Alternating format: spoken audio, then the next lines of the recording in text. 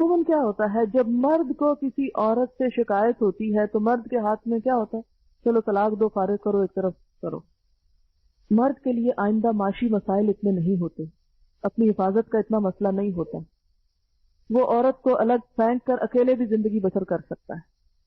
لیکن اگر کوئی عورت اس مصیبت میں گرفتار ہو گئی ہے کہ اس کا شوہر بد مزاج ہے، سخت ہے، یا اس کے حقوق پورے نہیں دیتا، اب وہ بیچاری کیا کرے؟ اسلام نے یہ نہیں سکھایا کہ وہ اس سے طلاق لے لے. اگرچہ خلا کا رستہ رکھا، لیکن پھر بھی معاشرے کی مجموعی بہتری کے لیے یہاں کیا سکھایا جا رہا ہے کہ کوئی حقوق کی کمی بیشی کر کے آپس میں کوئی راضی نامہ ہی رکھیں، کیونکہ عورت دوسری آپشن سوچے. اگر وہ طلاق لے لیتی ہے تو اس کے بچوں کا کیا ہوگا؟ وہ ایک چھوٹے مسئلے کے حل کے لیے ایک بڑے مسئلے میں گرفتار ہو جائے گی. یہ عقل مندی کی بات نہیں ہوتی کہ چھوٹے مسئلے کے حل سے بڑے مسئلے کھڑے کر لیں آپ، یا ناقابل حل مسائل شروع کر دیں آپ. آپ دیکھیں کہ بعض اوقات ہمیں کسی سے چھوٹی سی تکلیف پہنچتی ہے، ہم کیا کرتے ہیں؟ اسے گالی دے ڈالتے ہیں. کیا ہوتا ہے؟ وہ دوسرا 2 دیتا ہے، آپ اسے 1 لگاتے ہیں، وہ 2 مارتا ہے آپ کو، اور نتیجہ کہاں جا پہنچتا ہے. تو بہتر نہیں تھا وہ جو پہلے چھوٹی سی بات تھی اسے کڑوا گھونٹ پی جاتے، صبر کر لیتے. اللہ صبر کرنے والوں سے محبت رکھتا ہے. کسی سے چھوٹی سی تکلیف پہنچی، آپ نے غصے میں بڑا شدید ریاکشن ظاہر کیا، اب جب آپ اس کو دیکھتے ہیں تو پریشان ہوتے ہیں، شرمندہ ہوتے ہیں، دل میں کڑتے رہتے ہیں، ایک ماحول پلوٹ ہو گیا. کیا پایا آپ نے؟ لیکن اگر آپ اس موقع پہ ضبط کر جاتے، صبر کر جاتے، نتیجہ کیا نکلتا کہ وہ شخص جس نے آپ پہ زیادتی کی وہ بھی شرمندہ ہوتا، اور شاید وہ خود معافی مانگ لیتا کہ میرا قصور تھا، میری زیادتی تھی. لیکن عموماً ہم ایسے مواقع پر کیا کرتے ہیں؟ جواباً شدید ریاکشن ظاہر کرتے ہیں. وہ وقتی طور پر تو شدید ریاکشن ہم نے کر لیا، پایا کیا؟ انسان دیکھے حاصل کیا ہوا. ہم پاتے نہیں، پھر کھو دیتے. تو ایسی تمام خواتین جو اپنے شوہروں کے ہاتھوں تنگ ہوں، ان کا یہاں حل بتایا جا رہا ہے کہ وہ تھوڑے سے صبر سے کام لے لیں، تھوڑے سے اپنے حقوق کو جانے دیں. اللہ دیکھ رہا ہے، اللہ اس کا بدلہ ضرور دے گا. اس کا حل صرف یہ نہیں کہ آپ گھر چھوڑ کے بھاگ جائیں یا جواباً شوہر کو پیٹنے لگے. وہ تو گھر نہ ہو جائے گا، ایک کشتی خانہ ہو جائے گا، ایک دنگل ہو جائے گا. دنگل بنانا چاہیں تو بنائیں. اسی لیے وہ جو پہلے بھی میں نے بات کی تھی کہ مرد مار سکتا تو عورت کیوں نہیں مار سکتی، عورت کو اللہ نے مارنے سے روک کر اس دنگل کو ختم کیا، ورنہ باکسنگ شروع ہو جاتی گھر میں تو گھر نہ رہتا. تو یہاں پر کسی بھی نزاع کے موقع پر، جھگڑے کے موقع پر، فساد کے موقع پر، بد اخلاقی کے موقع پر، بد سلوکی کے موقع پر جب ایک شخص زیادتی کر رہا ہو تو جواب میں تھوڑے سے دھیمے ہونے میں آپ کی کوئی بے عزتی نہیں. لوگ سمجھتے ہیں ہماری بے عزتی نہیں. حدیث میں آتا ہے من تواضع للہ رفعہ اللہ، جس نے اللہ کے لیے عاجزی اختیار کر لی، تواضع اختیار کر لی، اللہ اس کو بلندی دے گا، اللہ اس کو بڑا کر دے گا. وہ چھوٹا نہیں رہتا. ایک دانہ گندم کا ایک دانہ ہوتا ہے، جب وہ مٹی میں ملتا ہے اس سے 700 دانے بنتے ہیں. اگر وہ اکڑا رہے اور کہ میں مٹی میں نہیں جاتا، میری اس میں ذلت ہے، میں شیشے کی بوتل میں رہنا چاہتا ہوں، 100 سال بھی شیشے کی بوتل میں رہے تو کھایا جائے گا اندر سے، اوپر سے خالی خول کھڑا رہے گا، اندر سے کھا لیا جائے گا، اور اس سے 700 کبھی نہیں بنیں گے. تو جو لوگ زندگی میں تکبر کا رویہ اختیار کرتے ہیں، اپنی انا کے خول میں رہتے ہیں کہ جی ہم بڑی شے ہیں، وہ کچھ نہیں پاتے. تھوڑا جھک جانا، تھوڑا عاجزی اختیار کرنا. کل ایک بچی میرے پاس مسئلہ لے کر آئی اپنی ساس کا، بڑی پریشان تھی، بہت روئی، اور اس کی شکایت جینون بھی تھی کافی حد تک. میں نے اس سے کہا کہ دیکھو جو تم کہہ رہی ہو میں اس کو 100% درست کہتی ہوں کہ تم واقعی مظلوم ہو، لیکن اب تم اپنی بزرگ ساس کے مقابلے میں ینگ بلڈ ہو. وہ عمر کے اس حصے میں پہنچ چکی ہے کہ جہاں وہ بیمار بھی ہے، جہاں وہ انسیکیور فیل کر رہی ہے، جہاں وہ توجہ چاہتی، وہ محبت چاہتی ہے. اس کی میموری بھی خراب ہو چکی ہے. اب تم اس سے اگر توقع کرو کہ وہ قربانی کرے، وہ اپنی زیادتیوں کو چھوڑ دے، بی پی اس کا ہائی ہے، بیماریاں اس کو کئی لگ چکی ہیں، وہ بیچاری اپنے آپ سے بیزار بیٹھی اس وقت، اس سے تم کیا قربانی چاہتی ہو؟ اس وقت تمہاری عمر ہے قربانی دینے کی. میں نے کہا سب کچھ بھول جاؤ، جو کچھ انہوں نے تمہیں کہا، یہ جو بھی تم پہ الزام تراشی بھی ہوئی، سب بھول جاؤ اور اللہ کے لیے بھولو، اور جا کے عاجزی سے نہ کیے پہ بھی معافی مانگ لو اور توجہ دو تھوڑی سی. وہ توجہ چاہتی، وہ محبت چاہتی. آپ دیکھیں کہ جب بوڑھے ہو جاتے ہیں نا، جسمانی طور پر ان میں کوئی کشش نہیں رہتی، نمبر 1۔ نمبر 2، اخلاقی طور پر بھی عموماً بوڑھوں میں کشش نہیں رہتی کہ وہ بہت بولنا شروع کر دیتے ہیں، بد زبانی کرتے ہیں، چڑچڑے ہو جاتے ہیں، بیمار ہو جاتے ہیں، بد اخلاق ہو جاتا ہے۔ اب بد اخلاق شخص میں کیا ہے؟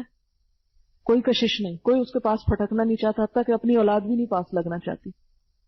وہ بیچارہ اپنے لیے خود ایک جہنم تیار کر چکا ہے، لیکن وہ مجبور ہے، کمزور ہے، اب اسے ہیلپ کرنا ہے، اسے نکالنا ہے اس سے باہر۔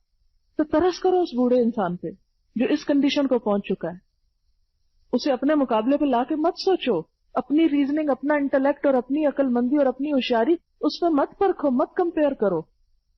تم عمر کے کسی اور حصے میں اور وہ کسی اور حصے میں ہے۔ میں نے کہا اس کے اندر اب کوئی اٹریکشن نہیں، نہ جسمانی، اس عورت میں پھر شوہر کی وجہ سے بھی عورت انسیکیور فیل کرتی کہ اب میرے اندر جسمانی اٹریکشن نہیں رہی، شوہر مجھ سے بے نیازی کر رہا ہے، میرے اندر وہ اخلاق یا وہ اسٹیمنا نہیں رہا، میں بیمار ہوں، مجھے توجہ نہیں دی جا رہی۔ وہ ایسی نفسیاتی مریض ہو جاتی اس عمر میں پہنچ کر کہ اس کا اور کہیں بس نہیں چلتا، تو بہو ہی بیچاری جو گھر میں نظر آتی ہے اسی کے اوپر ہی سارا وار شروع کر دیتی۔ اب کیا کرنا ہے؟ اب کسی کو تو ہمت کرنا ہے نا ایک بیمار انسان سے نبٹنے کے لیے، جو نفسیاتی بیمار بھی ہے، جسمانی بیمار بھی ہے۔ آپ خدا کی خاطر اس شخص کے ساتھ حسن سلوک کریں، صرف اللہ کی خاطر، یک طرفہ دل جیتیں اس کا، اسے محبت دیں۔ ساس کے ساتھ معاملہ کرنے کا واحد طریقہ اس کو توجہ دینا، یہ دیکھنا کہ یہ توجہ چاہتے ہیں، آپ توجہ دیں گے، آپ محبت دیں گے، اور ڈانٹ کھا کے بھی محبت دے دیں گے تو آپ کا کچھ نہیں جائے گا، گھر کا ماحول ٹھیک ہو جائے گا۔ اور جب آپ کھینچا تانی شروع کرتے اس نے ایسا کیوں کہا، فلاں موقع پہ ایسا کہا، فلاں جگہ میری یوں بےزتی کر دی، فلانی جگہ یوں بول پڑ، معذور سمجھے اس کو اور بھلا دیں، ورنہ اس کشمکش کا کچھ نتیجہ نہیں۔ نتیجہ یہ کہ آپ بھی نفسیاتی پاگل ہو جائیں گے۔ بہت سی نوجوان لڑکیاں پاگل پن کے دورے پڑنے لگتے ہیں ان پر اس قسم کی کشمکش میں رہ کر۔ تو اللہ تعالیٰ کیا بتا رہے ہیں؟ یہاں شوہر کی بات کی کہ ساس کی تمہیں ضمنی لے آئی۔ بسا اوقات مردوں کے اندر ایسا پاگل پن ہوتا ہے، فرمایا ان امرأۃ خافت من بالها نشوزا او اعراضا، کہ شوہر توجہ نہیں دے رہا یا سرکش ہے، بدسلوکی کرتا ہے، تو بھی عورت صرف یہ نہ سوچے کہ میں اس سے الگ ہو جاؤں، اگر ہو جائے۔ کل شام ایک ٹیلی فون مجھے آیا، اس میں بالکل ایگزیکٹلی یہی مسئلہ تھا ایک عورت کا کہ مجھے کیا کرنا چاہیے۔ دونوں خرابیاں شوہر میں، نشوز بھی ہے، اعراض بھی ہے، کہ بات کرتا ہے تو بد اخلاقی سے، ورنہ روٹ جاتا اور کئی دن بات نہیں۔ کیا کرے عورت؟ ہے پریشانی۔ اب بچے ہیں اس عمر کو پہنچ گئے، ایسی تعلیم کی عمر ہے، تو میں نے کہا کہ دیکھو دو ہی حل ہو سکتے ہیں نا، ایک تو یہ ہے کہ تم اس سے الگ ہو جاؤ، بڑا آسان ہے، کٹ ختم۔ اب دیکھو کہ اس کے بعد جو مسائل آنے والے ہیں، بچوں کی تعلیم ہے، ان کی فیس ہے، ان کی جذباتی ضروریات ہے، ان کو باپ چاہیے، ان اینی کیس چاہیے۔ اب کیا کرو گی تم؟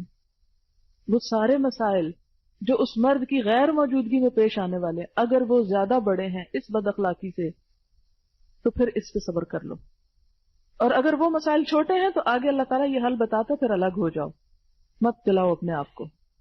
تو 3 حل بتائے گئے ان آیات میں۔ پہلا حل فلا جناح علیہما ان یصلحا بینہما صلحا، کوئی حرج نہیں کہ اگر وہ آپس میں اپنے حقوق کی کمی بیشی پر کچھ صلح کر لیں، دونوں طرف سے حکم مقرر کر کے کچھ قربانی کر لیں۔ اور اس میں بھی صرف عورت کو نہیں کہا جا رہا، دونوں کو کہا جا رہا ہے اصلاح کرو۔ والصلح خیر، اصلاح بہتر ہے، صلح بہتر ہے، لیکن صلح کیوں نہیں ہو پاتی؟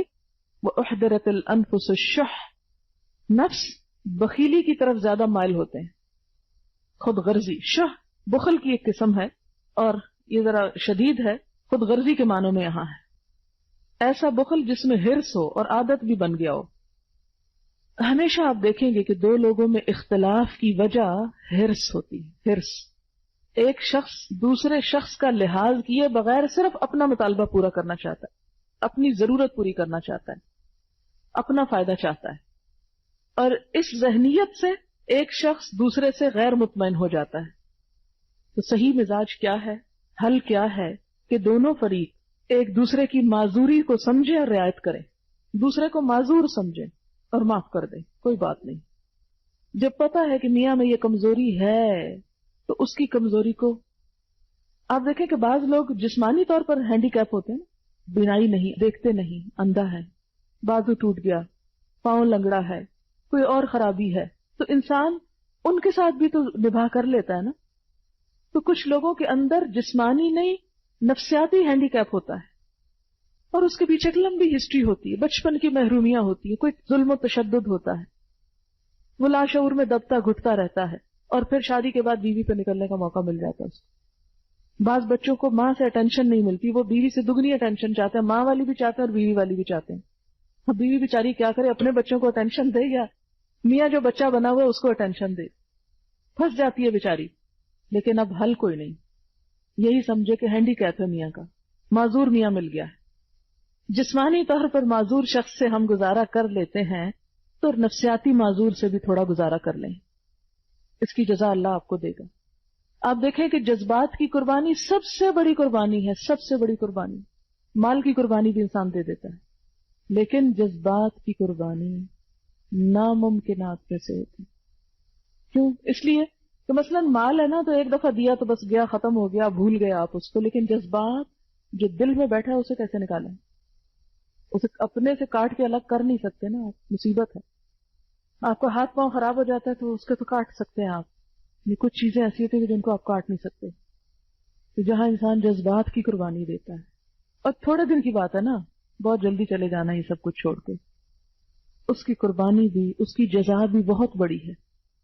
اسی لیے کہا نا کہ پہلوان وہ نہیں جو اپنے مد مقابل کو ہرا دے، پہلوان وہ جو غصے میں اپنے آپ کو ہرا دے، اپنے آپ کو کنٹرول کر لے، اس کا درجہ زیادہ بڑا ہے۔ فرمایا کہ ان ساری جذباتی کشمکش کے باوجود کیا کرو، صلح ہی کر لو تو اچھا ہے۔ والصلح خیر، بڑی بھلائی ہے صلح میں۔ واحضرت الانفس الشح، لیکن اتنے خود غرض ہوتے ہیں، ہر انسان اپنا مطالبہ چاہتا ہے، وہ کہتا ہے کہ میں کیا کروں، مجھے اٹینشن ملنی چاہیے، میرا حق زیادہ ہے، میری جذباتی سیٹسفیکشن ہونی چاہیے۔ فرمایا احضرت الانفس الشح، کوئی نہیں، اللہ کی خاطر تھوڑی سی قربانی کرو، ہمت کرو۔ وَإِن تُحْسِنُوا، اگر تم اچھا کرو گے، احسان کرو گے، وَتَتَّقُوا، اور تقوی کرو گے، فَإِنَّ اللَّهَ كَانَ بِمَا تَعْمَلُونَ خَبِيرًا، تو یقیناً اللہ تمہارے اس طرز عمل سے بے خبر نہ ہوگا۔ اگر انسانوں نے قدر نہیں کی تو کوئی بات نہیں، اللہ بے قدری نہیں کرے گا، وہ اس کا صلہ کئی گنا زیادہ دے گا۔ اچھا، ہم عموماً کیا کرتے ہیں جب کوئی مسئلہ حل کرنا چاہتے ہیں تو پچھلے قصے چھیڑ بیٹھتے ہیں۔ کئی دفعہ ایسا ہوتا ہے میاں بیوی آپس میں جھگڑتے ہیں تو پچھلی باتیں کھودنا کریدنا شروع کر دیتے ہیں۔ تو میرے پاس کبھی کوئی آئے مشورہ لینے میں ہمیشہ اس کو سمجھاتی ہوں کہ دیکھو، اگر تم چاہتی ہو کہ میاں کے ساتھ تعلقات درست ہوں تو اس کی پچھلی ساری غلطیاں بھولو، اس کو ایک کا بھی احساس نہیں دلانا، پچھلی کوئی بات نہیں کرنا، خواہ وہ کتنی زیادتی کر چکا۔ کیونکہ جب بھی ان میاں بیوی کے درمیان کوئی جھگڑا ہوتا ہے، لڑائی ہوتی ہے، پھر صلح ہوتی ہے، پھر ایک دوسرے کو معاف کرنے کی بات ہوتی ہے، تو معاف کر کے پھر آپ یاد کرا رہے ہیں، یہ کیا کر رہے ہیں؟ جس چیز کو آپ نے کسی کی معاف کر دیا پھر آپ اسے کیوں یاد کروا رہے ہیں کہ یہ تم نے فلانے موقع پہ بھی ایسے کیا تھا؟ نہیں، اس کو بار بار مت چھیڑیں۔ جب دفنا دیا تو دفن ہی رہنے دیں، گڑے مردے اکھاڑنے سے کیا حاصل ہوگا، کیا ہاتھ میں آئے گا؟ مٹی۔ جب آپ کسی مسئلے کو حل کرنے کے لیے پچھلی بھی باتیں اٹھا بیٹھتے ہیں تو ہوتا کیا ہے؟ ذرا حالات اور تلخ ہو جاتے ہیں اور بغیر کسی نتیجے کے ختم ہو جاتے ہیں، کوئی فائدہ نہیں ہوتا۔